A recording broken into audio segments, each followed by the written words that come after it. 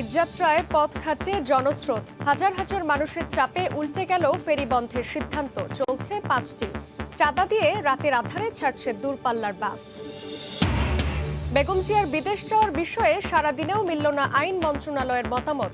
মানবিকভাবেই দেখবে সরকার, শারীরিক অবস্থা আগের চেয়ে ভালো।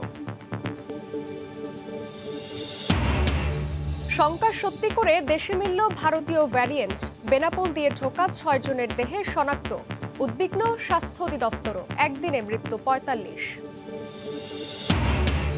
ভাঙনে বিলীন হওয়া পদ্মা সেতু রেল প্রকল্পের 192টি স্ট্রিঞ্জার নতুন করে বসানো শুরু। আগামী মাসের মধ্যেই শেষ করার আশা। গতি পাবে স্ল্যাবের কাজ।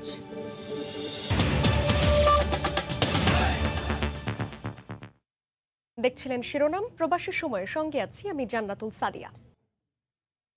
লকডাউন, কঠোর বিধিনিষেধ সহ নানা পদক্ষেপে করোনা সংক্রমণের লাগাম টানার চেষ্টা করছে সরকার, কিন্তু ঈদযাত্রায় পথে ঘাটে জনস্রোত ঠেকানো যাচ্ছে না। ফেরি বন্ধের সিদ্ধান্ত নিলেও হাজার হাজার যাত্রীর চাপে একে একে 5টি ছাড়তে বাধ্য হয় কর্তৃপক্ষ। এদিকে ঘরমুখী মানুষের ঢল ঠেকাতে কাল সকাল থেকে ফেরিঘাটে মোতায়েন করা হবে বিজিবি। এভাবেই লাশবাহী গাড়ি আর জরুরি রোগী বহনকারী অ্যাম্বুলেন্স নিয়ে ফেরিঘাটে ভিড়তেই হুমড়ি খেয়ে পড়েন ঘরমুখ মানুষ। শনিবার সকাল থেকেই যাত্রীদের এমন উপচে পড়া ভিড় ছিল ফেরিঘাটগুলোতে। করোনা সংক্রমণ বা স্বাস্থ্য ঝুঁকির তোয়াক্কা না করেই যে যেভাবে পারছেন ফেরিতে উঠে জায়গা করে নিচ্ছেন। এতে ব্যাহত হয়েছে জরুরি সেবার গাড়ি পরিবহনও। করোনা ফেরিঘাট থেকে ছড়াবে। বাচ্চা কাচ্চা নিয়ে 5 ঘন্টা ধরে বসে আছি। আমরা তো আর জানি না যে ফেরি বন্ধ, আমরা কিভাবে যাব। প্রচন্ড গরমের মধ্যে আছি, আমরা অন্য রোড দিয়ে বেরোতেও পারতেছি না, ব্যাকও করার সুযোগ নেই। ঈদে করোনার সংক্রমণ রোধে সরকার ফেরি চলাচল বন্ধ করলেও জরুরি সেবার নামে যে ফেরিগুলো চলছে তাতেই এমন যাত্রী চাপ। তবে বিশেষজ্ঞরা বলছেন, করোনার সংক্রমণ রোধে জনগণকে ঘরে না রাখা গেলে স্বাস্থ্য ঝুঁকি বাড়তেই থাকবে। বেলা যত গড়াতে থাকে বেসামাল হতে থাকে ঘাট পাড়ের দৃশ্য। জনস্রোত নামে ঘাট এলাকায় শত ভোগান্তি যেন পথ রুখতে পারছে না ঈদে বাড়ি ফেরা যাত্রীদের। অবশেষে যাত্রীদের চাপ সামলাতে মানবিক দিক বিবেচনায় শিমুলিয়া বাংলাবাজার ফেরিঘাট থেকে 5টি ফেরি ছাড়ার সিদ্ধান্ত নেয় কর্তৃপক্ষ।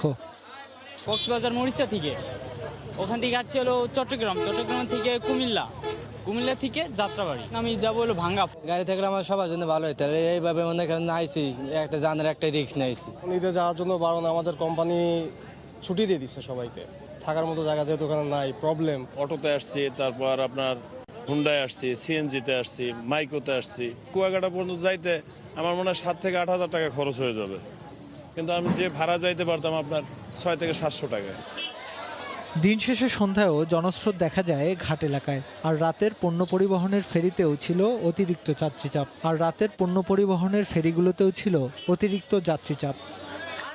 করোনা মহামারীর মাঝে মানুষের বাড়ি ফেরা ঠেকাতে ফেরিঘাটে মোতায়েন করা হয়েছে বিজিবি। এহসান রক শাওন, সময় সংবাদ, শিমুলিয়া, মুন্সিগঞ্জ। এদিকে রাতের আধারেও ঢাকা ছাড়ছেন মানুষ। কেউ কেউ যাচ্ছেন প্রাইভেট কার বা পণ্যবাহী ট্রাকেও। যতই করোনার সংক্রমণ, আমাদের যাইতে হবে, যাওয়ার উদ্দেশ্য বাড়িয়েছি। যেভাবে আমরা ভেঙে হলে আমরা চলে যাব। কোনো কিছুই তোয়াক্কা করছেন না যাত্রীরা। ইফতারের পর থেকে ছোট ছোট জটলা আব্দুল্লাহপুর বাস স্ট্যান্ডে। একটু আগেই টিকিট কাউন্টারে টিকিট দেওয়া হলেও ক্যামেরা দেখেই অস্বীকার করলেন বাস ছাড়ার বিষয়টি। টিকিট বইতে ভিতরে থাকতেই পারে, কিন্তু আমি তো কাউন্টার ওপেনিং করিনি।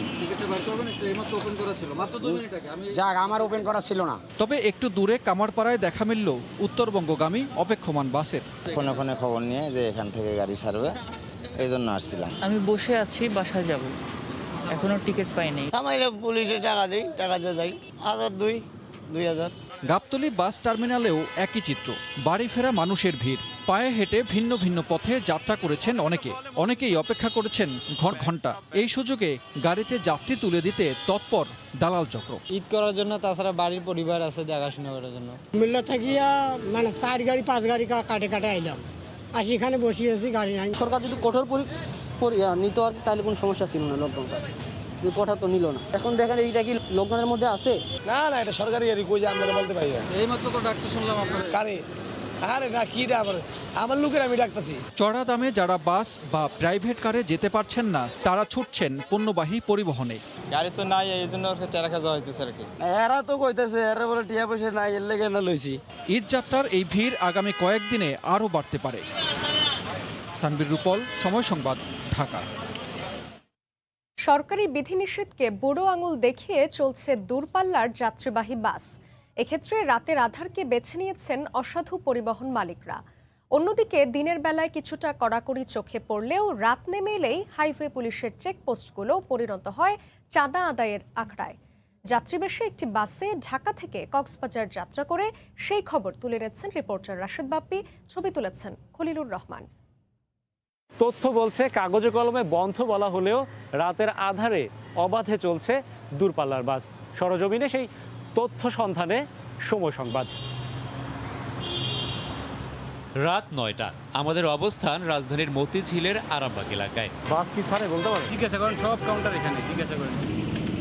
এবারের গন্তব্য একই এলাকার সেজুতি পরিবহনের কাউন্টার। দূর থেকে বন্ধ মনে হলেও অপেক্ষমান মানুষের জটলা ইঙ্গিত দেয় ভিন্ন কিছুর। যাত্রী বন্ধ না এখন দূরপাল্লার। ওইটা কি হয়েছে, ওই টাকা আগে থেকে দিয়েই ম্যানেজ করা সব। আমার কক্সবাজারের সিট আপনি চিটাগং যেতে হবে, ঠিক আছে? চিটাগং বরাবর বাস ছাড়বে কখন? আধা ঘন্টা পর ছেড়ে দিবে। বোঝাই গেল নিষিদ্ধ হলেও কোনো প্রকার বাধা বিপত্তি ছাড়াই চলছে দূরপাল্লার বাস, যা আরও স্পষ্ট হয় কাউন্টারের ভেতরের দৃশ্য দেখে। তবে অসম্ভবকে সম্ভব করার এই মিশন হেলায় হারাতে চায় না টিম সময়। সিদ্ধান্ত ঢাকা থেকে কক্সবাজার যাত্রার। বিজনেস ক্লাস, বাংলাদেশের প্রথম শ্রেণীর গাড়ি, কি বলে? মধুমিতা সিনেমা হলের কাছে অপেক্ষমান বাসটিকে যেন পুলিশ সদস্যরাই পাহারা দিচ্ছেন নির্বিঘ্নে ঢাকা ছাড়তে। টেলিভিশন ক্যামেরা রেখে এবার আমাদের সম্বল মোবাইল ফোন। নতুন পরিচয় ইউটিউবার। রাত 10টা নাগাদ যাত্রা শুরু সেজুতির। কালকে রাত্রে আসছি, সারাদিন মার্কেটিং করে চলে যাচ্ছে। আজকে সকালে আসছি কক্সবাজার থেকে ঢাকায়, ঢাকা আসার সময় ওই ইয়াতে সাইম মোটর নামা দিয়েছে। এরপর আবার ইঞ্জিনিয়ার আমিও নির্দিষ্ট স্থানে গেছি, আবার বিকালবেলায় বাড়িতে চলে যাচ্ছে আর কি। এখন বাসটা চলতেছে কি করে? এখন উপায় এটা, এখন হারা কিভাবে কোম্পানি কিভাবে কথাবার্তা বলছে তা জানি না। মানে আমি আজকে প্রথম আসলাম আর কি, এই প্রথম টিভি যাইতেছি। মেয়র হানিফ ফ্লাইওভার পার হতেই বাস যেন রূপ নেয় গতি দানবে। পুলিশের চোখ ফাঁকি দিতে এমন চেষ্টা থাকলেও প্রথমে মদনপুর, এরপর মেঘনা ব্রিজের সোনারগাঁও অংশের চেকপোস্টে বাস আটকে দেয় পুলিশ।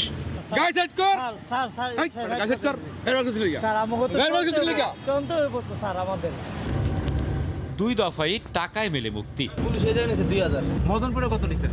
মদনপুর নিয়েছে আপনার হলো 1000। 2.5 ঘন্টা পর যাত্রা বিরতির জন্য বাস থামলো কুমিল্লার বুড়িচংয়ের এই রেস্টুরেন্টটিতে। কোন কোন কোম্পানির বাস এখানে আসছে? সেজুতি আসে, আর হলো সেন্ট মার্টিন 20 আসে। 20 মিনিট পর গন্তব্যের পানে আবারও চলতে শুরু করে বাস। রাতের আধারে আইন শৃঙ্খলা রক্ষা বাহিনীর প্রত্যক্ষ সহযোগিতায় যেভাবে দূরপাল্লার বাস চলাচল করছে, তাতে সংক্রমণ নিয়ন্ত্রণ কতটুকু সফল হবে সেই প্রশ্ন কিন্তু থেকেই যায়। পাশাপাশি প্রশ্ন ওঠে, কর্তৃপক্ষ এভাবে হাল ছেড়ে বসে থাকলে চড়া মূল্য দিয়ে কেনা এই লকডাউনেরই বা কী দাম থাকলো? ঢাকা চট্টগ্রাম মহাসড়কে চলতি পথে রাশেদ বাপ্পি, সময় সংবাদ। অন্য প্রসঙ্গ, বেগম জিয়ার বিদেশ যাওয়ার বিষয়ে সারা দিনেও মিলল না আইন মন্ত্রণালয়ের মতামত। সময় সংবাদকে আইনমন্ত্রী বলেন, রোববার কপি পাঠানো হবে স্বরাষ্ট্র মন্ত্রণালয়ে। আর স্বরাষ্ট্রমন্ত্রী বললেন, আবেদনটি মানবিকভাবেই দেখবে সরকার।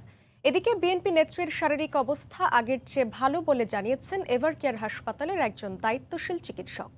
এদিকে প্রায় 1 মাস পর তৃতীয় দফা পরীক্ষায় করোনা নেগেটিভ এসেছে বেগম খালেদা জিয়ার।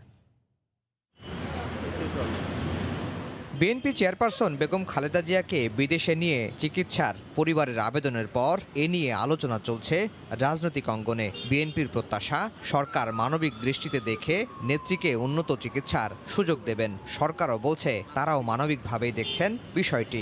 এরই মধ্যে কেটে গেছে 3 দিন। অগ্রগতি বলতে এক মন্ত্রণালয় থেকে আরেক মন্ত্রণালয়ে ফাইল যাওয়া।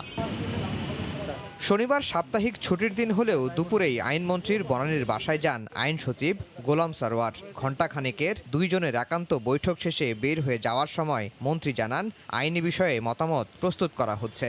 রোববার এ সংক্রান্ত ফাইল পাঠানো হবে স্বরাষ্ট্র মন্ত্রণালয়ে। তবে কি আছে সেই ফাইলে এ বিষয়ে কিছুই বলতে চাননি আইনমন্ত্রী।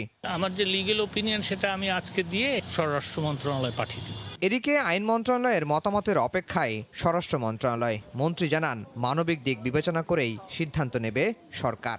ওনার ফাইলটা না আসা পর্যন্ত আমি বলতে পারবো না। মাননীয় প্রধানমন্ত্রী তো অবশ্যই মানবিক দৃষ্টিকোণে তিনি বিচার করছেন, সেই জন্যই তিনি বাড়িতে বসে মানে চিকিৎসা সেবা নিচ্ছেন। এটা তো আপনারা দেখছেনই। যেহেতু মাননীয় প্রধানমন্ত্রী সবসময় মানুষের জন্য রাজনীতি করেন, মানবিক দিকগুলি উনি সবসময় লক্ষ্য রাখেন। রোববার আইন মন্ত্রণালয়ের সিদ্ধান্তটি স্বরাষ্ট্র মন্ত্রণালয় হয়ে প্রধানমন্ত্রীর কার্যালয়ের অনুমোদন পেলেই এ বিষয়ে প্রজ্ঞাপন জারি হবে। এদিকে শুক্রবারের চেয়ে বিএনপি নেত্রীর শারীরিক অবস্থা আগের চেয়ে একটু ভালো বলে জানিয়েছেন এভার কেয়ার হাসপাতালের একজন দায়িত্বশীল চিকিৎসক। আফজাল হোসেন, সময় সংবাদ, ঢাকা। প্রবাসের সময় আরও থাকছে। ঈদ সামনে রেখে সৌদি আরব থেকে দেশে ফিরতে নাজেহাল প্রবাসীরা। কয়েক দফা ফ্লাইটের তারিখ পরিবর্তন। বিমানবন্দরে গিয়ে বিপাকে শত শত মানুষ। অবশেষে সত্যি হলো শঙ্কা, বাংলাদেশেও শনাক্ত হলো করোনার ভারতীয় ধরন। ভারত ফেরত 16 নাগরিকের নমুনা সংগ্রহ করে 6 জনের দেহে মিলেছে এই ধরন। এর মধ্যে 2 জনের দেহে ডাবল মিউট্যান্ট এবং 4 জনের দেহে কাছাকাছি ধরন শনাক্ত হয়েছে। বিষয়টি নিয়ে উদ্বিগ্ন খোদ স্বাস্থ্য অধিদপ্তর। এদিকে দেশে করোনায় একদিনে আরও 45 জন মারা গেছেন, শনাক্ত হয়েছেন 1285 জন। ভারত জুড়ে চলছে করোনার তাণ্ডব। অক্সিজেনের অভাবে হাসপাতালে হাসপাতালে হাহাকার। দেশটিতে ছড়িয়ে পড়া নতুন ধরনের কারণেই লাগামহীন সংক্রমণ আর মৃত্যুর ভয়াবহতা। ভারতে বেশ কয়েকবার রূপ পরিবর্তন করলেও সবচেয়ে বেশি ছোঁয়াচে আর প্রাণঘাতী বলা হয় ডাবল মিউটেন্ট ভ্যারিয়েন্ট। তাই শুরু থেকেই শঙ্কা ছিল দেশে এই ভয়াবহ ভ্যারিয়েন্ট প্রবেশ নিয়ে। অবশেষে দেশে শনাক্ত হলো সেই ভাইরাস। ভারত ফেরত 16 জন কোভিড আক্রান্তের নমুনা পরীক্ষা করে যশোর বিজ্ঞান ও প্রযুক্তি বিশ্ববিদ্যালয়ের গবেষণায় 6 জনের শরীরে মিলেছে ভারতীয় ধরন। তারা কোথায় কোথায় কার সাথে দেখা করছে, ভারত থেকে বাংলাদেশে ঢোকার পরে সেই কন্টাক্ট ট্রেসিংটা ইমিডিয়েটলি করা উচিত এবং শুধু কন্টাক্টের মধ্যে যারা আছে সবাইকে কোয়ারেন্টাইন নিয়ে আসা উচিত। স্বাস্থ্য অধিদপ্তর জানিয়েছে 2 জনের দেহে ডাবল মিউটেন্ট ভ্যারিয়েন্ট রয়েছে বলে প্রাথমিক ধারণা। আর বাকি 4 জনের দেহে যে ধরন মিলেছে তা এর কাছাকাছি একটি পরিবর্তন। একই ব্যক্তির নমুনা যশোর ও বেনাপোল দিয়ে বাংলাদেশে প্রবেশ করেছে এরকম বাংলাদেশি 8 জনের নমুনা সংগ্রহ করে একই নমুনা যশোর বিজ্ঞান ও প্রযুক্তি বিশ্ববিদ্যালয় এবং আইডিসিআর-এ পরীক্ষা করা হয়েছে। সেখানে আইডিসিআর-এর তথ্য মতে তারা 6টির মধ্যে পজিটিভ পেয়েছে। যেই 6টির মধ্যে আসলে 4টি খুব ক্লোজ ইন্ডিয়ান ভ্যারিয়েন্টের মধ্যে আর 2টি কনফার্ম। যদিও আক্রান্ত কেউই আশঙ্কাজনক নয়, তবে বিষয়টি নিয়ে উদ্বিগ্ন স্বাস্থ্য অধিদপ্তর। স্বাস্থ্য অধিদপ্তর তো অবশ্যই উদ্বিগ্ন, এটা সারা দেশের মানুষেরই উদ্বিগ্ন হওয়া উচিত। এই জন্য যে সবার একটু বাজারে যেভাবে ঘোরাফেরা হচ্ছে, মানুষ একেবারে গাদাগাদি বসে ইফতার করছে। ইফতার করা মানে কারো মুখে মাস্ক নাই, তাহলে এটা তো ওখানে একটা অ্যাটম বোম হয়ে বসে আছে সবাই। একই নমুনা নিয়ে আইডিসিআরও গবেষণা করছে। রাশেদ লিমন, সময় সংবাদ, ঢাকা। পররাষ্ট্রমন্ত্রী ডক্টর একে আব্দুল মোমেন রাশিয়ার করোনার ভ্যাকসিনের বিষয়ে বলেছেন, এটি বিশ্বের সবচাইতে 96% কার্যকরী। সেজন্য সরকার বিশেষ ক্ষমতা বলে সে ভ্যাকসিনটি দেশে নিয়ে আসছে। শনিবার বিকেলে এক অনলাইন ব্রিফিংয়ে তিনি একথা জানান। চীন থেকেও আগামী 12 তারিখে 5 লাখ ডোজ শুভেচ্ছা উপহার হিসেবে আসছে বলেও জানান পররাষ্ট্রমন্ত্রী। রাশিয়ান স্পুটনিক 5 বিভিন্ন মাধ্যমে আপনার জার্নালে বলছে এটা is one of the top vaccine, 96% effective. আমার সরকার এগুলোকে আপনার দেশে ব্যবহারের জন্য বিশেষ ক্ষমতা বলে, সভরেন রাইট সে ক্ষমতা বলে আমরা ইমার্জেন্সি পাওয়ারের অধীনে এগুলো আনার কি করেছি। এবং সাথে সাথেই আমরা আগে থেকে এই রাশিয়া চায়না এদের সাথে সম্পর্ক তৈরি করে রেখেছি। 12 তারিখে চাইনিজ ভ্যাকসিনের প্রথম লট আপনার এটা গিফট হিসাবে আসবে আপনার 5 লক্ষ ভ্যাকসিন। নদী ভাঙনে বিলীন হয়ে যাওয়ার পর ইউরোপ থেকে নতুন তৈরি করে আনা 192টি স্ট্রেঞ্জার পদ্মা সেতুতে স্থাপন শুরু হয়েছে। এর আগে সেতুর কনস্ট্রাকশন ইয়ার্ডে ঘষা মাজা ও রং করে এটি স্থাপন উপযোগী করা হয়। স্ট্রেঞ্জার স্থাপনের ফলে স্ল্যাব বসানোতে নতুন গতি পাচ্ছে। এখন মূল সেতুর অগ্রগতি 93.25 এবং সার্বিক অগ্রগতি 85.5%। বিস্তারিত নাসির উদ্দিন উজ্জ্বলের রিপোর্টে, ক্যামেরায় ছিলেন আবু সাইদ।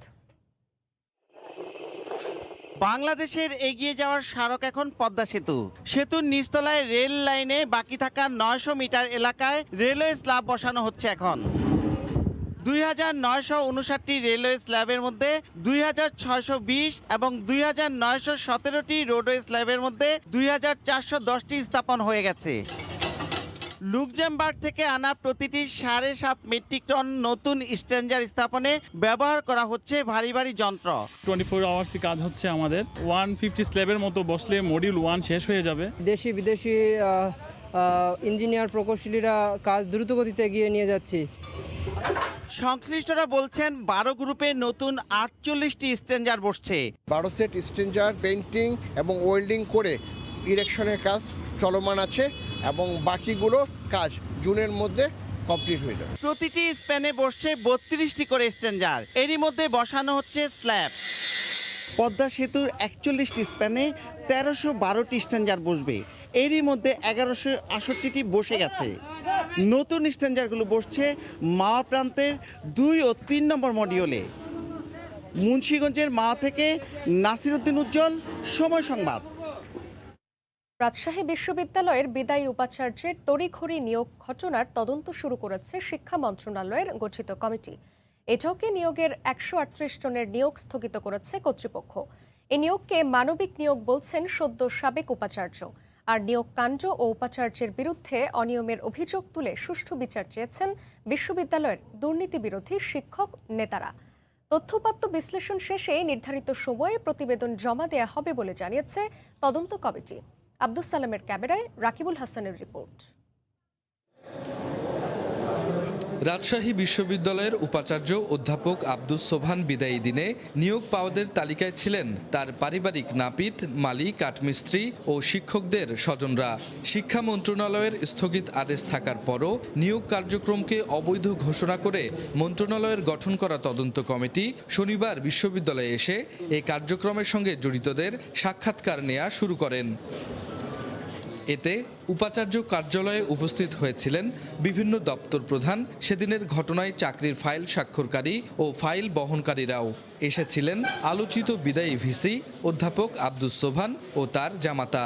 আমি শুধুমাত্র স্যারের নিয়োগ আদেশ যেটা ছিল সেই আদেশের সাথে নিয়োগপত্র শুধু মিলিয়ে দেখছি যে সংখ্যাটা ঠিক আছে কিনা আর নামগুলো ঠিক আছে কিনা দেখে আমি শুধুমাত্র স্বাক্ষরের জন্য ইউসুফ আলী স্যারের কাছে দিয়েছি। এই পর্যন্তই আমার কাজ শেষ। সাক্ষাৎ শেষে বেরিয়ে যাওয়ার সময় বিদায়ী ভিসি আব্দুস সোবহান সাংবাদিকদের বলেন, বিশ্ববিদ্যালয়ের প্রয়োজনে মানবিক কারণেই এই নিয়োগ দিয়েছেন। দাবি করেন, শুধু ছাত্রলীগের কর্মী এবং আওয়ামী পরিবারের সদস্যদের মধ্যে যারা চাকরির যোগ্য তারাই এই নিয়োগ পেয়েছেন। যারা ডিজার্ভ করে তারা এই নিয়োগটা পেয়েছে। আমি মানবিক কারণে তাদের জীবনযাত্রা আর কি যেভাবে ব্যাহত হয়ে যাচ্ছিল, আমি মনে করি যে এই নিয়োগটা তাদের প্রাপ্য। বিশ্ববিদ্যালয়ের দুর্নীতি বিরোধী শিক্ষক সমাজের প্রতিনিধিরা তদন্ত দলের সঙ্গে দেখা করে নিয়োগ কাণ্ড ছাড়াও বিভিন্ন সময় উপাচার্যের অনিয়ম তুলে ধরেন। যা আমরা জানি এবং যাকে যাকে দায়ী মনে করি তাদের সকলের কথাই বলেছি। আমরা যার কিছু প্রতিবাদ করেছি নানাভাবে আজকে 2টি বছর ধরে, সেই বিষয়গুলি নিয়েই আমাদের সাথে কথা হয়েছে, সেই কথাগুলির উত্তর দিয়েছে। তদন্ত কমিটির আহ্বায়ক জানান, তথ্য উপাত্ত বিশ্লেষণ করে নির্ধারিত সময়ের মধ্যেই প্রতিবেদন দাখিল করা হবে। আমরা বিষয়গুলো বিশ্লেষণ করব, অ্যানালাইসিস করব এবং আমরা একটা সুষ্ঠু তদন্ত রিপোর্ট আমরা জমা দেব। গত বৃহস্পতিবার ভিসির মেয়াদ শেষের দিন অ্যাডহক ভিত্তিতে একসাথে 138 জনকে নিয়োগ দেওয়া হয়। এর আগে গত 15 ডিসেম্বর সব ধরনের কার্যক্রম স্থগিত রাখার নির্দেশ দিয়ে উপাচার্য বরাবর চিঠি পাঠিয়েছিল শিক্ষা মন্ত্রণালয়। রাকিবুল হাসান, সময় সংবাদ, রাজশাহী। রাজধানীর কামরাঙ্গীর চরে 3টি ওয়ার্ডে নিম্ন আয়ের 1500 পরিবারের মাঝে ঈদ সামগ্রী বিতরণ করা হয়েছে। শনিবার সকালে আওয়ামী লীগ নেতা অ্যাডভোকেট কামরুল ইসলাম এমপির পক্ষে এগুলো বিতরণ করা হয়। ঈদ উল ফিতর উপলক্ষে আওয়ামী লীগ নেতা অ্যাডভোকেট কামরুল ইসলাম এমপির পক্ষে কামরাঙ্গীরচর থানার 55, 56 ও 57 নম্বর ওয়ার্ডের 1500 পরিবারকে ঈদ সামগ্রী বিতরণ অনুষ্ঠানের আয়োজন করা হয়। ভার্চুয়ালি যুক্ত হয়ে ভবিষ্যতেও অসহায়দের মাঝে সহায়তা অব্যাহত রাখার কথা জানান তিনি। যাতে এই নিম্ন আয়ের মানুষ ছেলে মেয়ে নিয়ে ঈদ উপভোগ করতে পারে, একটু ভালো খেতে পারে, তার জন্য আমরা চাল, পোলাও চাল, তেল, আমরা সেমাই এবং গরম মশলা বিভিন্ন ঈদ সামগ্রী আমরা ঈদের জন্য আমরা তাদের কাছে বিতরণ করছি। আমরা 3টি ওয়ার্ডে 1,500 লোককে আমরা এই ঈদ সামগ্রী, ঈদের জন্য এই সামগ্রী আমরা বিতরণ করব। এদিকে মহামারীকালে ঈদ সামগ্রী হাতে পেয়ে খুশি নিম্ন আয়ের মানুষ। টাকা দিছে, মুরগি দিল, তারপরে সময় বহুত কিছু দিছে। আমাদের সেমাই, মুরগি, কাপড়, চাল, তেল এগুলো সব দিয়েছে। শাড়ি বা মুরগি, এটা আমাদের দেখে অনেক ভালো লাগছে। ভবিষ্যতেও এ ধরনের কার্যক্রম অব্যাহত থাকবে বলে জানায় স্থানীয় নেতারা। রোজিনা রোজি, সময় সংবাদ, ঢাকা। সোহরাওয়ার্দী উদ্যানের গাছ কাটার বিরুদ্ধে আন্দোলনে প্রতিদিনই যুক্ত হচ্ছেন নতুন মাত্রা। সবুজ রক্ষার দাবিতে প্রতিবাদ গড়ে তুলছেন নতুন নতুন সংগঠন। গান, কবিতা, আবৃত্তিতে চলছে প্রকৃতি রক্ষার আকুতি। লকডাউনে থমকে যাওয়া সময়ে হঠাৎই গাছ কাটার মহোৎসব রাজধানীর বিরল সবুজ অঞ্চল সোহরাওয়ার্দী উদ্যানে। লোকচক্ষুর আড়ালে প্রায় অর্ধশতবর্ষী গাছগুলোর গোড়ায় যখন আঘাত হানছিল করাত, তখন প্রতিবাদ জানান 4-5 জন শিক্ষার্থী। একে একে সেই প্রতিবাদে যুক্ত হয়েছে 10-এর বেশি সংগঠন। সংহতি জানিয়েছেন হাজারো মানুষ। এইভাবে নির্বিচারে গাছ কাটার জায়গাটাকে কোনোভাবে মেনে নেওয়া যায় না। চিত্রকর্মে শুরু করা এই প্রতিবাদে যুক্ত হয়েছে গান, নাটক, আবৃত্তি সহ নানা ধরনের শিল্প মাধ্যম। মাত্র 2 সপ্তাহের ব্যবধানে সামাজিক যোগাযোগ মাধ্যমে ব্যাপক জনসমর্থন পেয়ে আনন্দিত শুরুর দিকের যোদ্ধারা। উদ্যানে একটি বড় জায়গা জুড়ে জারি রেখেছেন তাদের প্রতিবাদ। ডালপালা আছে, এগুলো দিয়েই সুন্দর করে সাজায় যে ইনস্টলেশন শুরু হয়েছে, তারপরে আস্তে আস্তে গান, কবিতা এগুলো যুক্ত হয়ে গেছে। কর্তৃপক্ষ তাদের দাবি মেনে না নিলে সাংস্কৃতিক প্রতিবাদকে প্রতিরোধে রূপ দেওয়ার হুঁশিয়ারিও দিয়েছেন তারা। সবার তো আর প্রতিবাদের ভাষা মিটিং মিছিল না। যদি আমাদের এই সাংস্কৃতিক প্রতিবাদ দিয়ে আটকানো না যায়, তাইলে আমরা আরও কঠোরতম পথ বেছে নেব। অন্যদিকে শনিবারও মানববন্ধন করেছে একাধিক সংগঠন। রেস্তোরাঁর পরিকল্পনা পরিবর্তন ও গাছ কাটা বন্ধ না হলে বড় রকমের কর্মসূচির ঘোষণাও দেবেন বলে জানান তারা। মুক্তিযুদ্ধ মন্ত্রণালয় বলছেন যে 2500 গাছ এখানে রোপণ করা হবে। ঘোষণা দেন যে আগামীকাল গাছ কাটা হবে, আগামী পরশু দিন এই 2500 গাছ এত বড় হয়ে যাবে। যদি বড় হওয়া সম্ভব হয় তাহলে আপনি গাছ কাটার অনুমোদন দেন। সামাজিক যোগাযোগ মাধ্যমে এই আন্দোলনের জনসমর্থন আশার আলো জোগাচ্ছে পরিবেশ প্রেমীদের। আশা করছেন সারা দেশে প্রকৃতি রক্ষার এই আহ্বান ছড়িয়ে পড়বে। আপনারা এগুলো বন্ধ করুন। তাজওয়ার মাহমিদ, সময় সংবাদ, ঢাকা। মহাকাশ থেকে পৃথিবীর দিকে ধেয়ে আসা চীনা রকেটের ধ্বংসাবশেষ ইতালির রাজধানী রোম সহ দেশটির মধ্য ও দক্ষিণাঞ্চলের 10টি বিভাগের যে কোনো স্থানে আছড়ে পড়তে পারে। এ নিয়ে জরুরি সতর্কতা জারি করেছে ইতালি সরকার। এ সংবাদ ছড়িয়ে পড়ার পর আতঙ্কে রয়েছেন স্থানীয় সহ প্রবাসী বাংলাদেশিরা। ইতালির রোম থেকে জুমারা মাহমুদের রিপোর্ট। জরুরি সতর্কতা জারি করেছে ইতালি সরকার। স্থানীয় সময় রোববার রাত 2:24 অথবা তার 6 ঘন্টা আগে পরে ওই রকেটের ধ্বংসাবশেষটি ইতালির ভূপৃষ্ঠে পড়তে পারে। এ অবস্থায় দেশটির নাগরিক সুরক্ষা বিভাগ যথাসম্ভব ওই 10টি অঞ্চলের নাগরিককে ঘরে থাকার পরামর্শ দিয়েছেন। শুক্রবার রাতে এই খবর প্রকাশিত হবার পর সর্বত্র আতঙ্ক ছড়িয়ে পড়ে। বিশেষ করে দেশটির মধ্য ও দক্ষিণ অঞ্চলের উল্লেখিত 10টি বিভাগের নাগরিকদের মধ্যে বিরাজ করছে চরম উৎকণ্ঠা। চীনা রকেটের ধ্বংসাবশেষটি শনিবার ভোরে রোমের আকাশে খালি চোখেই দেখা গেছে। তবে এটি কোথায় পড়বে তা এখনো নির্ণয় করতে পারেনি ইতালির মহাকাশ গবেষণা কেন্দ্র। ফলে এই 10টি অঞ্চলের বাইরের মানুষও আতঙ্কে রয়েছে। ইতালির রোম থেকে জুমানা মাহমুদ, সময় সংবাদ। ইতালিতে করোনায় একদিনে 4 জন প্রবাসী বাংলাদেশের মৃত্যু হয়েছে। এতে পুরো কমিউনিটিতে নেমে এসেছে শোকের ছায়া। আবার সংক্রমণ বাড়ায় দেখা দিয়েছে আতঙ্ক। ইতালির ভেনিস থেকে আরও জানাচ্ছেন মাকসুদুর রহমান। ইতালিতে করোনা মহামারী শুরুর পর গত বছর মার্চে কোভিড আক্রান্ত হয়ে মারা যায় এক প্রবাসী বাংলাদেশি। এরপরই আক্রান্ত হতে থাকে একের পর এক প্রবাসী। প্রাণ হারান অন্তত 26 জন। করোনা ভাইরাসে আক্রান্ত হয়ে 4 জন বাংলাদেশি মারা গেছেন। আমরা সবাই স্বাস্থ্যবিধি মেনে চলবো। এখনো 2 জন বাংলাদেশি হসপিটালে ভর্তি আছেন। আমরা অনেক ভয়াবহ কঠিন পরিস্থিতির দিন যাচ্ছি। দেশটিতে করোনার দ্বিতীয় ঢেউ শুরুর পর আবারও বাংলাদেশি কমিউনিটিতে সংক্রমণ বাড়ছে। সবশেষ একদিনে 4 জনের প্রাণ গেছে। বাংলাদেশি কমিউনিটির সকলের প্রতি বিশেষ অনুরোধ রইল, আসুন আমরা স্বাস্থ্যবিধি মেনে চলি। সকল রকম সভা, সমাবেশ, মিটিং এবং আড্ডা আমরা একটু কিছুদিন পরিত্রাণ করে চলি। সবাই স্বাস্থ্যবিধি মেনে চলাফেরার চেষ্টা করবেন সবাই ঘর থেকে বের হতে মাস্ক পরবেন। কোভিড বাস্তবতা মেনে সতর্কতা অবলম্বনের পাশাপাশি প্রবাসীদের স্বাস্থ্যবিধি মেনে চলার আহ্বান জানিয়েছেন কমিউনিটির নেতারা। ইতালিতে এখন পর্যন্ত করোনা ভাইরাসে আক্রান্ত হয়ে মারা গেছেন 1,22,000 মানুষ। মাকসুদ রহমান, সময় সংবাদ, ইতালি।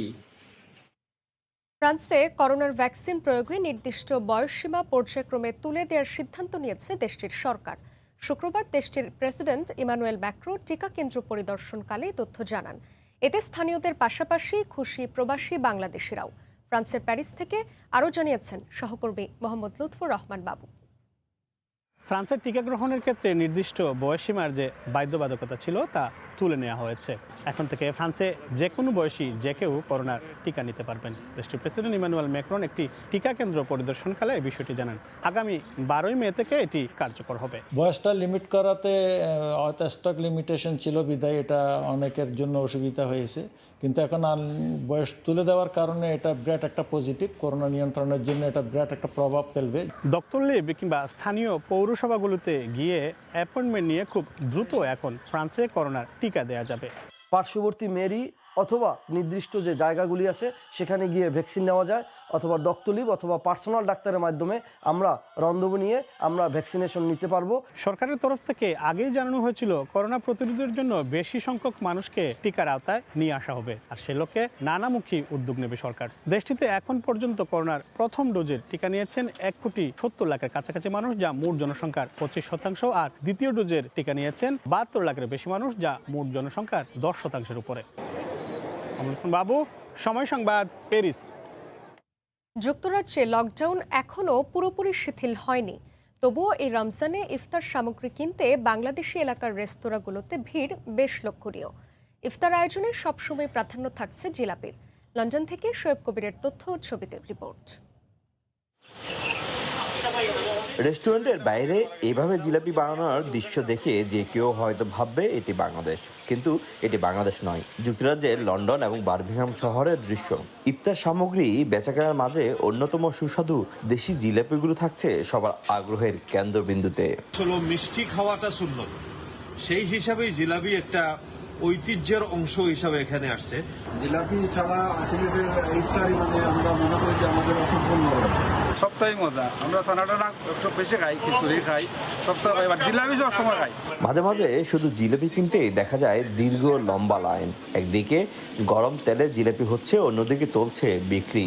তবে যারা এই জিলাপি বানাচ্ছেন তারা সবাই বিলেতে গিয়েই এটি বানানো শিখেছেন। জিলাপি আমার নিজের অভিজ্ঞতা থেকে শেখা হয়েছে ব্যক্তিগতভাবে। তারপর মিষ্টি দেশে এবং চিটাগাঙ্গে আমি জিলাপি বানাইছি, তারপরে আমি নিজে দোকান দিছি। লন্ডনে আমি এখানেই শিখছি, আমার শেফ ভাই আছে দুজনে, উনি আমাকেই খাইছি। ব্রিটেনে বাঙালি পরিবারগুলোতে ইফতার আয়োজনে মিষ্টির রেওয়াজ থাকায় অন্য সময়ের থেকে রমজানে মিষ্টির দোকানগুলোতে বিক্রি বেড়ে যায় কয়েক গুণ। জিলাপি ছাড়াও এই সময়ে বিক্রি হয় দই, মিষ্টি এবং রসমালাইয়ের মতো মিষ্টান্ন। শোয়েব কবির, সময় সংবাদ, লন্ডন। কানাডায় শুরু হয়েছে গণহারে টিকাদান কার্যক্রম। এতে খুশি প্রবাসী বাংলাদেশিরা। পাশাপাশি করোনায় মৃত্যু ও আক্রান্তের হার খানিকটা কমতে থাকায় প্রতিটি অঙ্গরাজ্যে লকডাউন, জরুরি অবস্থা ও কারফিউতে শিথিলতা আনা হয়েছে। কানাডা থেকে শরীফ ইকবাল চৌধুরীর তথ্য ও ছবিতে রিপোর্ট। কানাডার স্বাস্থ্য বিভাগ এখন পর্যন্ত 4টি করোনার ভ্যাকসিনের অনুমোদন দিয়েছে। ফাইজার, মডার্না, অ্যাস্ট্রাজেনেকা ও জনসন অ্যান্ড জনসন, এই 4টি কোম্পানি যে কোনো একটি ভ্যাকসিন নিজেদের ইচ্ছে মতো প্রাপ্তবয়স্ক সাধারণ মানুষ গ্রহণ করতে পারছেন। প্রতিটি শহরের ফার্মেসিগুলোতে ভ্যাকসিন গ্রহণ করতে পারছেন আগ্রহীরা। মন্ট্রিয়ালের পার্ক এক্সটেনশন এলাকায় ক্লিনিকে ভ্যাকসিন নিতে পেরে স্বস্তি বোধ করছেন প্রবাসী বাংলাদেশিরা। বেশি সংখ্যক প্রবাসীর পছন্দ ফাইজারের টিকা। ফাইজার ভ্যাকসিনটা দেওয়া হচ্ছে, তো আমি এই জন্য লাইনে দাঁড়িয়ে গেছি যে ভালোভাবে যেন আমরা এই ভ্যাকসিনটা দিতে পারি, আর কোভিড-19 থেকে যেন সবাই আমরা মুক্ত থাকতে পারি। আমি টিকা নিয়েছি, কি ফাইজার। টিকাটা নেওয়ার পর আমাকে খুব ভালো ফিল করতেছি, আনন্দ ফিল করতেছি।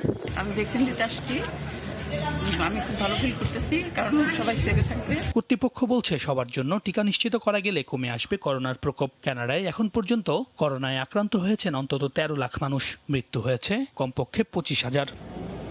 সময় সংবাদ, কানাডা। বিধানসভা নির্বাচনের পর পশ্চিমবঙ্গে এবার আলোচনায় করোনার টিকা সংকট।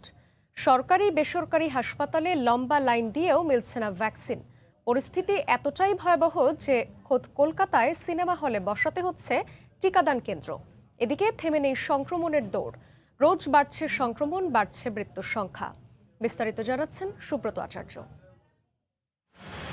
পরিস্থিতি কতটা ভয়াবহ হলে সিনেমা হলেই চালু করতে হয় ভ্যাকসিন সেন্টার। উদ্যোগটি ব্যক্তিগত পর্যায়ে হলেও এমন উদ্যোগ সামনে আসায় ভারতের বর্তমান করোনা পরিস্থিতির ভয়াবহতার ছবি আরও একবার সামনে এসে পড়ল। কলকাতার নামী এই প্রেক্ষাগৃহে আগামী মাস থেকে চালু হবে টিকাদান কর্মসূচি। ভবিষ্যতে যারা সিনেমা দেখতে আসবেন তারাও এই সুযোগ পাবেন। আর এই ধরনের উদ্যোগকে স্বাগত জানিয়ে সরকারিভাবে ভ্যাকসিনেশন কার্যক্রমকে আরও ছড়িয়ে দেওয়ার দাবি সাধারণ মানুষের। একটা সিনেমা হাউস কিন্তু কয়েকশো বা হাজার লোককে হ্যান্ডেল করার মতো করে বানানো। যেমন প্রিয়াতে 3টে লবি আছে, তো হতে পারে নিচে রেজিস্ট্রেশন, ফার্স্ট ফ্লোরে এসে টিকা, ভেতরে ভেতরে অনেক কিছু হয়ে যাচ্ছে। আর যাদের যে জায়গাটা নেই তারা সেই এদিক ওদিক ঘুরে বেড়াচ্ছে, ঠিক মতন ভ্যাকসিন পাচ্ছে না। ভ্যাকসিনেশন প্রোগ্রাম যত তাড়াতাড়ি করা যায় সেটাই মঙ্গল। রাজ্যটিতে এখনো পর্যন্ত 1,15,00,000 মানুষ টিকার আওতায় এসেছে। গড়ে টিকা দেয়া হচ্ছে 90,000-এর কাছাকাছি। কিন্তু আগামী জুন মাস পর্যন্ত ভারত জুড়ে 30 কোটি মানুষের শরীরে টিকাকরণের যে লক্ষ্যমাত্রা নিয়েছিলেন মোদী সরকার, এই গতিতে টিকাকরণ চললে তা সম্ভব নয়। আর তাই জুনের পর করোনা সংক্রমণের ভয়াবহতা নিয়ে সব মহলে চলছে উদ্বেগ, উৎকণ্ঠা। পশ্চিমবঙ্গে গেল 24 ঘন্টায় প্রায় 20,000 মানুষের শরীরে বাসা বেঁধেছে কোভিড। মারা গেছেন 112 জন। রাজ্য জুড়ে চলছে আংশিক লকডাউন। মাস্ক ছাড়া বাইরে বের হলে গুনতে হচ্ছে জরিমানাও। সুব্রত আচার্য, সময় সংবাদ, পশ্চিমবঙ্গ, ভারত। ঈদ সামনে রেখে সৌদি আরব থেকে দেশে ফিরতে ফ্লাইট ও টিকিট নিয়ে চরম নাজেহালে প্রবাসীরা। লকডাউনের শুরু থেকে কয়েক দফা টিকিটের তারিখ পরিবর্তন করা হয়েছে বাংলাদেশ বিমানের। সেসব তথ্য না জানায় বিমানবন্দরে গিয়ে বিপাকে পড়ছেন অনেক প্রবাসী। সৌদি আরবের রিয়াদ থেকে আরিফুর রহমানের রিপোর্ট। প্রতি বছরই ঈদের আগে দেশে ফিরতে আগ্রহী প্রবাসীদের পড়তে হয় নানা ধরনের সমস্যা। বিগত বছরগুলিতে টিকিট সংকট সহ ছিল ফ্লাইট শিডিউল বিড়ম্বনা। এবার করোনা মহামারীর কারণে এর সাথে যুক্ত হয়েছে সিভিল এভিয়েশনের নির্দেশনায় সীমিত যাত্রী নিয়ে বিমানে যাত্রী পরিবহনের বাধ্যবাধকতা। এ কারণে টিকিট সংকটের অভিযোগ প্রবাসীদের। এয়ারপোর্টে গেলাম, টিকিট কেনার পরে পুরো যাওয়ার পরে বললো যে আপনার ফ্লাইট চেঞ্জ হয়ে গেছে। ঠিক আছে, পরবর্তীতে ফ্লাইট এই একটা যে হয়রানি, এটা কিসের জন্য? লকডাউনের শুরু থেকে দফায় দফায় টিকিটের তারিখ পরিবর্তন করেছে বাংলাদেশ বিমান। তবে বিষয়টি এজেন্সি থেকে অগ্রিম না জানানোয় হাজার হাজার টাকার ক্ষতির মুখে পড়েছেন অনেক প্রবাসী। এ বিষয়ে যথাযথ পদক্ষেপ চান তারা। গভর্নমেন্টের যে সিভিল এভিয়েশন, ওনারা অনলি 200 প্যাসেঞ্জার, আগে ছিল 150, এখন দিয়েছে 200, মাত্র 200। এই 200 প্যাসেঞ্জারের মধ্যে আমাদের এই ফ্লাইট যাইতে হবে রিয়াদ থেকে ঢাকা। ঈদ উপলক্ষে রিয়াদ ঢাকা রুটে বাড়তি ফ্লাইট চালুর দাবি প্রবাসীদের। ঈদ উপলক্ষে যদি বাড়তি কোনো ফ্লাইট চালু হয় সেক্ষেত্রে আমাদের জন্য অনেক উপকার হয়। একই সঙ্গে চলমান ফ্লাইটগুলোতে যাত্রী সংখ্যা বাড়ানোরও দাবি সৌদি আরবে বসবাসরত প্রবাসী বাংলাদেশিদের। আরিফুর রহমান, সময় সংবাদ, সৌদি আরব। মহামারী করোনার মধ্যে দ্বিতীয়বার মুসলমানদের সবচেয়ে বড় ধর্মীয় উৎসব পবিত্র ঈদ উল ফিতর উদযাপনের প্রস্তুতি নিচ্ছেন কাতার প্রবাসীরা। গতবারের মতো এবারের ঈদও সাদামাটাভাবে পালন করবেন তারা। নিজেরা ঈদের কেনাকাটা না করলেও দেশে থাকা আত্মীয় স্বজনদের জন্য অর্থ পাঠাচ্ছেন। কাতার প্রতিনিধি আনোয়ার হোসেন মামুনের তথ্য ছবি নিয়ে রিপোর্ট। সিয়াম সাধনার মাস রমজান শেষের পথে শুরু হয়েছে ঈদের প্রস্তুতি। মহামারী করোনার মধ্যে দ্বিতীয়বারের মতো মুসলমানদের সবচেয়ে বড় ধর্মীয় উৎসব পবিত্র ঈদ উল ফিতর উদযাপন হবে আর মাত্র কদিন পরেই। করোনার কারণে গতবারের মতো এবারও সাদামাটাভাবে ঈদ উদযাপনের প্রস্তুতি নিচ্ছেন কাতার প্রবাসী বাংলাদেশিরা। প্রবাসীরা জানালেন, এখনও নিজেরা ঈদের কেনাকাটা না করলেও দেশে থাকা পরিবার পরিজনের জন্য অর্থ পাঠিয়েছেন তারা। যত যাই কিছু হোক, আমরা আসলে প্রবাসী, আমাদেরকে দেশে টাকা পাঠাতে হয়েছে। আমরা ইনশাল্লাহ টাকা পাঠাতেছি, পাঠায় যেমন পরিবারের সুখই আমাদের সুখ। প্রবাসে আমরা আসলে দেশীয় আমেজে ঈদ করতে পারি না। দেশীয়ভাবে আমরা ঈদ শপিং করে নিজের জামা কিনে কিছু ঈদ করতে পারি। প্রবাসে সে সুযোগ হয়ে ওঠে না আমাদের। কোভিড সিচুয়েশনের মাধ্যমে এই সাদামাটা ভাবে ঈদ উদযাপন বা ঈদ প্রস্তুতি নিয়ে আছি আমরা প্রবাসীরা। চেষ্টা করতেছি ঈদের আমেজ ঠিকভাবে পালন করার জন্য, ঈদের আমেজকে বাহির করার জন্য। কঠোর বিধিনিষেধের কারণে কাতারের করোনা পরিস্থিতি কিছুটা নিয়ন্ত্রণের পথে। মসজিদগুলোতে 5 ওয়াক্ত নামাজ এবং জুমার নামাজ অনুষ্ঠিত হলেও রমজানের তারাবির নামাজ অনুষ্ঠিত হয়নি। তবে ঈদের জামাত অনুষ্ঠিত হবে কিনা তা এখনো জানায়নি দেশটির সরকার। গেল বছর করোনার কারণে কাতারে ঈদের জামাত অনুষ্ঠিত হয়নি। সময় সংবাদ, কাতার। জেদ্দায় বঙ্গবন্ধু পরিষদ সৌদি আরব পশ্চিমাঞ্চল কেন্দ্রীয় কমিটির উদ্যোগে ইফতার ও দোয়া মাহফিল ও আলোচনা সভা অনুষ্ঠিত হয়েছে। শুক্রবার সন্ধ্যায় সংগঠনের কার্যালয়ে আয়োজিত ইফতার পরবর্তী আলোচনা সভায় সভাপতিত্ব করেন বঙ্গবন্ধু পরিষদ সৌদি আরব পশ্চিমাঞ্চল কেন্দ্রীয় কমিটির সাধারণ সম্পাদক বিল্লাল হোসেন। নজরুল ইসলাম রাকিব ও জিসানের সঞ্চালনায় এতে প্রধান অতিথি হিসেবে উপস্থিত ছিলেন দেলোয়ার হোসেন আব্দুল মালেক। বক্তারা বঙ্গবন্ধুর স্বপ্নের বাংলাদেশ করতে সবার প্রতি আহ্বান জানান।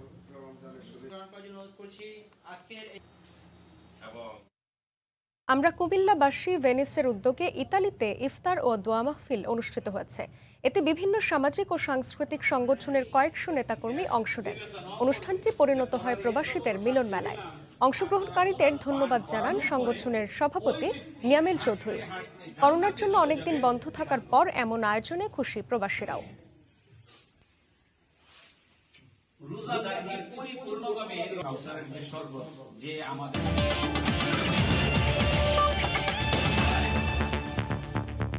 শ্রীলঙ্কার বিপক্ষে বাংলাদেশের 3 ম্যাচ ওয়ানডে সিরিজের সূচি পরিবর্তন করার আপাতত কোনো সম্ভাবনা নেই।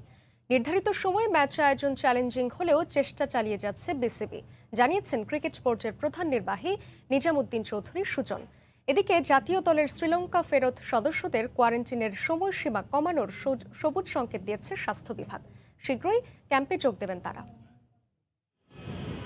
দিনভর ক্রিকেট পাড়ায় গুঞ্জন পিছিয়ে যাচ্ছে শ্রীলঙ্কার বাংলাদেশ সফর। কোভিড পরিস্থিতিতে নিত্য নতুন কোয়ারেন্টাইন ইস্যুতে 23 থেকে পিছিয়ে 27 মে শুরু হতে যাচ্ছে 3 ম্যাচের ওয়ানডে সিরিজ। কিন্তু এরকম কোনো সম্ভাবনা নেই বলে মন্তব্য বিসিবির প্রধান নির্বাহী। তবে কথার মাঝে আপাতত শব্দটা বলে ঠিকই কিছুটা ঝামেলা রেখে দিলেও ক্রিকেট বোর্ড সিরিজ রিশিডিউল বা এই ধরনের কোনো সম্ভাবনা আমরা এই মুহূর্তে দেখছি না। আমাদের যেটা আমরা ইতিপূর্বে আপনাদের বলেছি যে কিছুটা চ্যালেঞ্জ তো আছে এদের ক্রুদের আনা, এবং সেজন্য আমরা অল্টারনেট সোর্সগুলো আমরা ব্যবহার করছি।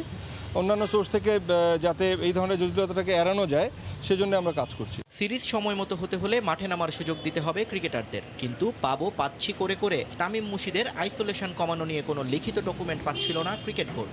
যদিও প্রধান নির্বাহীর দাবি এবার ঠিকই স্বাস্থ্য বিভাগের সবুজ সংকেত পেয়েছেন তারা। তবে এখনও শঙ্কায় সাকিব মুস্তাফিজ ইস্যু। ইভেন্টের ক্ষেত্রে কিন্তু কোভিড প্রোটোকলটা সাধারণ জনগণদের জন্য যে প্রোটোকলটা হবে সেটা কিন্তু এক হওয়ার কথা না। জাতীয় দলের যারা সম্ভাব্য যারা প্লেয়ার আছেন তাদেরকে আমাদের প্র্যাকটিসের আওতায় নিয়ে আসা। সো আমরা আজকেই একটা গ্রিন সিগন্যাল পেয়েছি যে তারা একটা টেস্ট রেজাল্ট নেগেটিভ হওয়া সাপেক্ষে তারা জাতীয় দলের সাথে অংশগ্রহণ করতে পারবে, এবং আমরা আশা করছি খুব শীঘ্রই তারা অংশগ্রহণ করবেন। যেহেতু আপনারা জানেন যে যারা ইন্ডিয়া থেকে আসেন তাদের ক্ষেত্রে প্রোটোকলটা ভিন্ন এবং কিছুটা ডিফিকাল্ট, সেক্ষেত্রে তাদেরটা নিয়েও আমরা কাজ করছি। মিটে গেছে শ্রীলঙ্কা দলের কোয়ারেন্টাইন সমস্যাও। ঢাকায় এসে আপাতত 3 দিনের ঘরবন্দি জীবন কাটাতে হবে লঙ্কানদের। আমাদের দেশে শ্রীলঙ্কার দল আসার পরে 3 দিন তাদের রুম কোয়ারেন্টাইনে থাকতে হবে, এবং 3 to 4 days তারা ইন্টারনাল উইদিন দ্য গ্রুপ তারা প্র্যাকটিস করবেন, এবং তারপরে তারা আমাদের দলের সাথে খেলার সুযোগ পাবেন। সবকিছু ঠিক থাকলে 16 মে ঢাকায় আসবে লঙ্কানরা। নিয়ন মোহাইমিন, সময় সংবাদ, ঢাকা। এ পর্যায়ে শীর্ষ সংবাদ জানিয়ে দিচ্ছি আরেকবার। ঈদযাত্রায় পথ ঘাটে জনস্রোত, হাজার হাজার মানুষের চাপে উল্টে গেল ফেরি বন্ধের সিদ্ধান্ত। চলছে 5টি, চাঁদা দিয়ে রাতের আধারে ছাড়ছে দূরপাল্লার বাস। প্রায় 1 মাস পর তৃতীয় দফা পরীক্ষায় করোনা নেগেটিভ এসেছে বেগম খালেদা জিয়ার। বিদেশ যাওয়ার বিষয়ে এখনো মেলেনি আইন মন্ত্রণালয়ের মতামত, মানবিকভাবেই দেখবে সরকার। এবং শঙ্কা সত্যি করে দেশে মিলল ভারতীয় ভ্যারিয়েন্ট, বেনাপোল দিয়ে ঢোকা 6 জনের দেহে শনাক্ত। উদ্বিগ্ন স্বাস্থ্য অধিদপ্তরও, একদিনে মৃত্যু 45। এই ছিল প্রবাসী সময়, সঙ্গে থাকুন সময়ের।